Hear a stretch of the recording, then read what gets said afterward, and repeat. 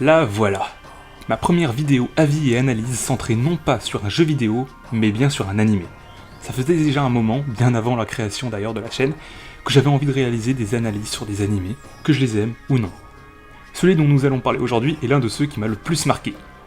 Débutant sa diffusion le 8 octobre 2020, Akudama Drive est une série d'animation japonaise écrite par le célèbre Kazutaka Kodaka, à qui nous devons aussi les jeux vidéo Danganronpa.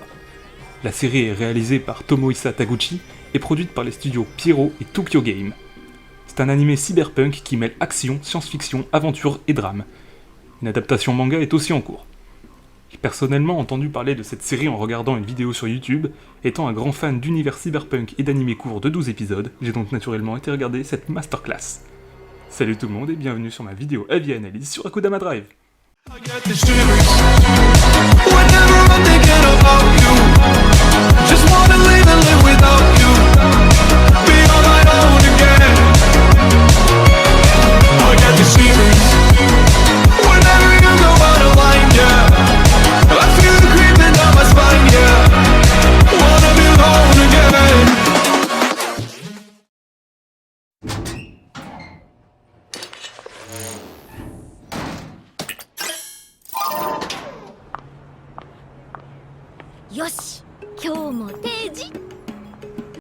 Dans un Japon futuriste, deux régions se firent une guerre sans merci.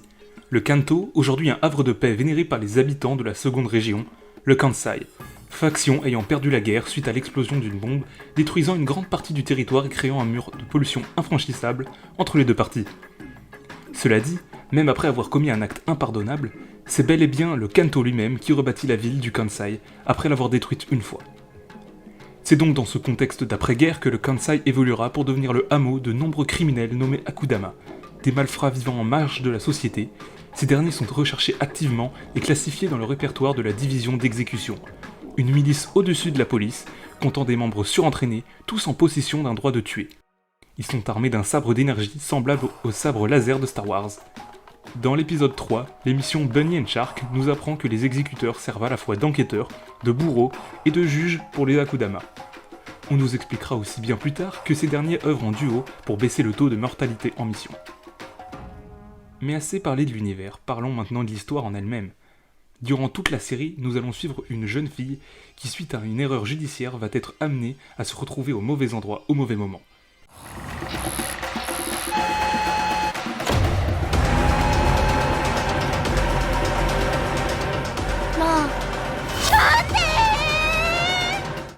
Elle sera donc embarquée malgré elle dans une mission dangereuse entourée des pires Akudama de la ville, tout en étant évidemment traquée par les exécuteurs en parallèle. La mission des Akudama est simple, récupérer un coffre se retrouvant dans le Shinkansen, un train voyageant entre le Kanto et le Kansai, représentant le seul moyen de liaison entre les deux camps. Ce dernier est d'ailleurs devenu une sorte de divinité étrange pour les habitants du Kansai. Je garde tout de même le mystère sur ce que contient le coffre pour ceux qui n'auraient pas vu l'anime.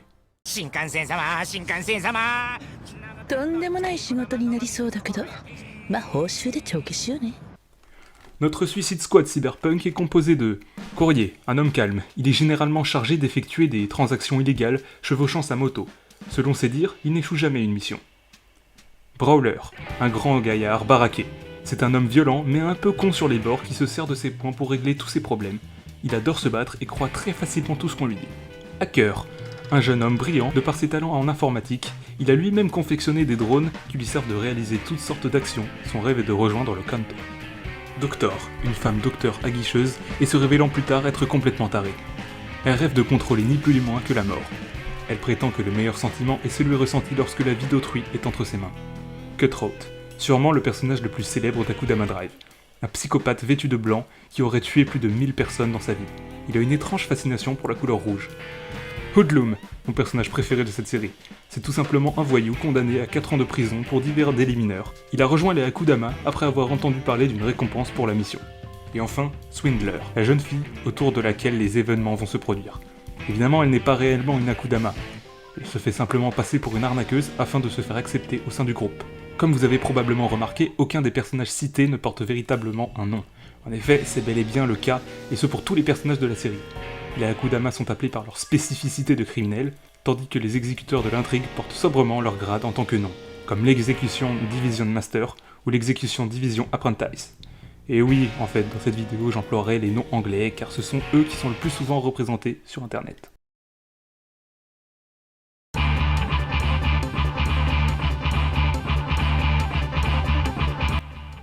Pour cette partie de la vidéo, je vais malheureusement devoir spoil certaines intrigues importantes de l'histoire pour avancer dans mon analyse.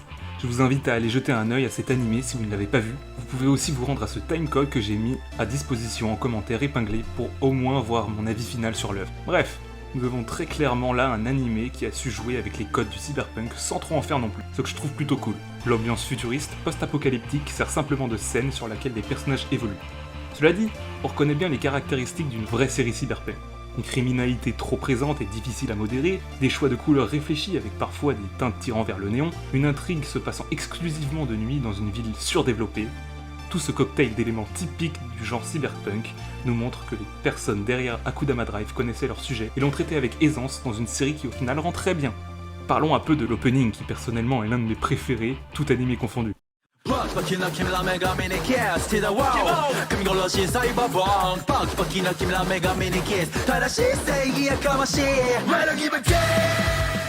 Il nous montre, comme il se le doit, le casting principal de la série sous fond de musique psychédélique. Cette musique s'appelle Steel et est chantée par l'excellent groupe de rock alternatif japonais Spark Sound Show. Et honnêtement, pour avoir écouté leur discographie en entier, je peux vous le dire que le choix de groupe est à mon sens le meilleur possible. Leur style de musique colle super bien aux images flashy de l'opening, qui elle-même colle très bien à l'ambiance générale de la série. Pour ce qui est de l'histoire, on peut la séparer en deux parties vraiment distinctes. La première étant la mission en elle-même, débutant au commencement de la série jusqu'à la trahison de Doctor et la séparation de Akudama au Parc Expo. Cette première partie n'est à mon sens pas la plus originale qui existe, étant donné que le concept ressemble quand même pas mal à Suicide Squad, un escadron de criminels forcés à réaliser une mission tout en possession d'un collier explosif pouvant les tuer s'ils désertent ou tentent de s'en débarrasser. Pour moi, c'est la deuxième partie que je trouve vraiment très intéressante. Une partie qui est bien plus grave et bien plus imprévisible que la première, étant donné qu'elle va petit à petit mettre en scène la mort de tous nos personnages, excepté les deux gamins, bien évidemment, sinon la mort des autres Akudama n'aurait aucun sens. Brawler aussi fait exception, étant donné qu'il mourra durant la première partie. À première pensée, on peut se dire que c'est dommage que les personnages principaux aient tous la mort comme conclusion, mais moi j'ai un tout autre avis. En effet, la mort des Akudama représente à mon sens l'accomplissement de leur développement. Ils ont tous une fin qui fait sens, et je vais vous les expliquer. Tout d'abord, la mort de Brawler. Lui qui trouve tout son plaisir dans les combats va finalement succomber en affrontant un adversaire à sa taille, ce qui représente une manière appropriée de mourir pour lui. Mais en réalité, c'est des suites des anciennes blessures mal soignées par Doctor qu'il trouvera la mort. Hacker est l'un des derniers Akudama à mourir. Son but dans la série est de retrouver cette passion qu'il a à hacker des systèmes. Il perdra finalement la vie après avoir hacké le Kanto qu'il souhaitait autrefois rejoindre, tout en s'amusant. Pour Cutthroat, c'est bien plus simple que ça, c'est un assassin qui finira lui-même assassiné par sa proie, après une scène qui d'ailleurs est extrêmement flippante et dérangeante. Ensuite, Courrier, le Akudama qui vivra le plus longtemps. Il se sacrifiera pour protéger les deux autres enfants et réussir sa mission par la même occasion. Jusqu'à la fin, il aura été fidèle à lui-même. Le cas de Doctor et Hoodlum est particulièrement intéressant. Les deux trouveront la mort durant la même scène, mais ont une conclusion miroir. Hoodlum, qui a toujours été un personnage peureux qui cherchait par tous les moyens de rester en vie, quitte à trahir ses compagnons, se retourne finalement contre celle qui s'est servie de lui dans un acte de courage, mais surtout de colère, plantant son scalpel dans la gorge de Doctor, qui lui rendra l'appareil en lui tranchant la gorge. Doctor ne mourra pas sur le coup, mais se fera achever par une foule de civils entrant dans le Shinkansen, ne se souciant même pas qu'il la piétine. Elle qui a été si arrogante, voyant le monde de haut, se fera finalement planter par celui qu'elle utilisait et piétiner par ceux qu'elle méprisait. Et ça mérite bien un chais! Et pour finir, la mort de Swindler, qui a la mise en scène la plus belle, probablement due au fait qu'elle est l'héroïne de l'anime.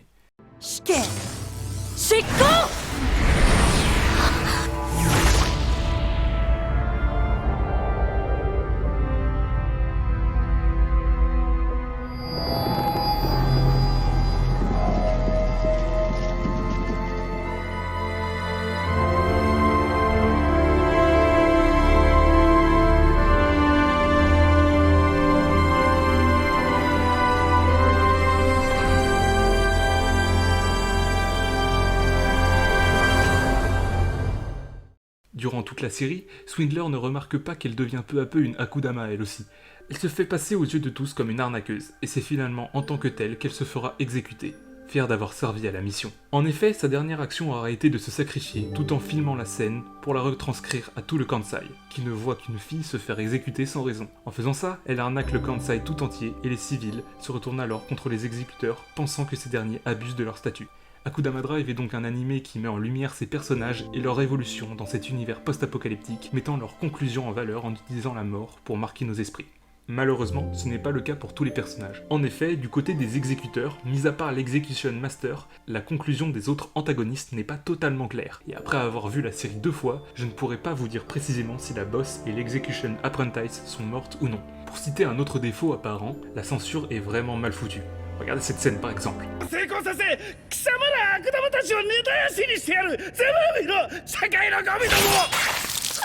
Ok, on comprend clairement ce qui se passe, mais on ne peut pas s'empêcher de remarquer cette censure qui ne fait aucun sens. Je sais qu'il existe des versions non censurées qui existent, mais bon, je ne suis pas vraiment non plus fan des effluves d'hémoglobine et suis assez dégoûté par le gore en général. Donc pour quelqu'un comme moi qui n'est pas contre la censure, je trouve ça dommage qu'elle soit aussi mal faite. Je ne suis pas contre le fait que l'anime ait des scènes très violentes, parce qu'après tout, ça sert au côté cyberpunk de l'œuvre qui nous montre un univers où la violence règne, mais une censure plus intelligemment pensée, ça aurait pas été de refus.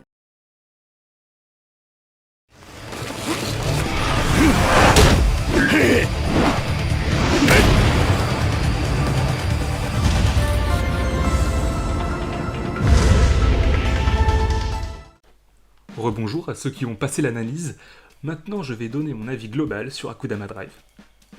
Oui, je vous conseille cet animé, je l'ai beaucoup aimé, et ce sur tous ses aspects, excepté la censure qui au final ne me choque plus à partir de quelques épisodes.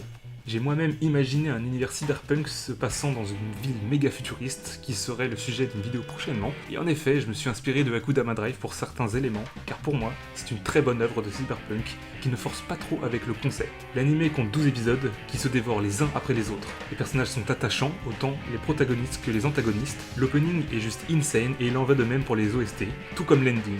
Comme dit plus tôt, mon personnage préféré est Hoodlum, le voyou, tout simplement parce qu'il est fun, et qu'il apporte une touche de légèreté et d'humour à l'œuvre de Kazutaka Kodaka, en plus d'avoir un développement particulièrement intéressant. A noter que sa bromance avec Brawler est touchante. Le gros tas de muscles et le petit voyou qui se la joue, ça fait un bon duo débile, et leur amitié est juste trop drôle. Voilà, c'était la parenthèse Hoodlum.